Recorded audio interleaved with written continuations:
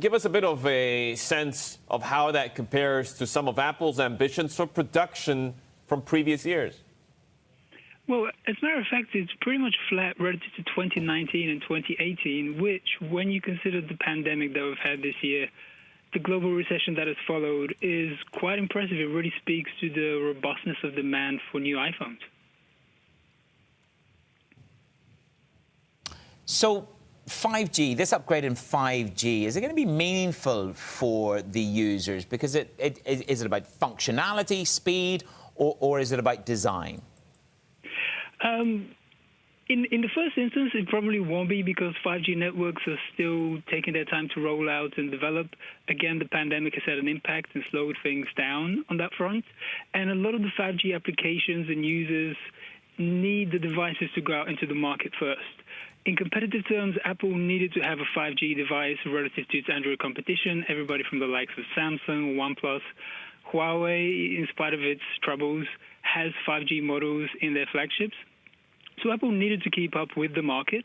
But in terms of user upgrades, it probably won't be the biggest one. People will be looking for a new design, which is what Apple is bringing. And they're going to have a wider choice of screen sizes. It's going to be the largest iPhone ever and a smaller device, which I think a lot of people have been yearning for. So they're going to get all those extra bits. And the new A14 processor should improve performance.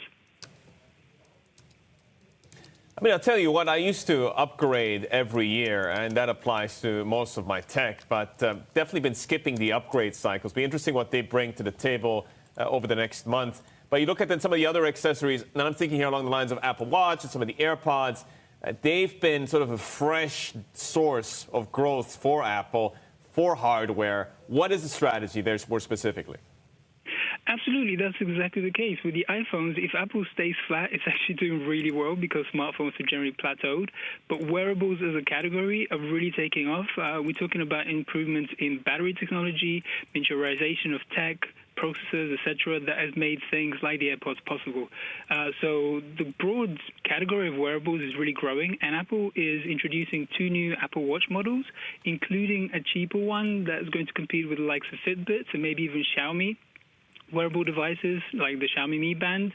And Apple is doing its own brand headphones, over-ear headphones, to complement the AirPods and add, noise cancelling, the sort of thing you might be able to use once we're allowed to travel on flights again.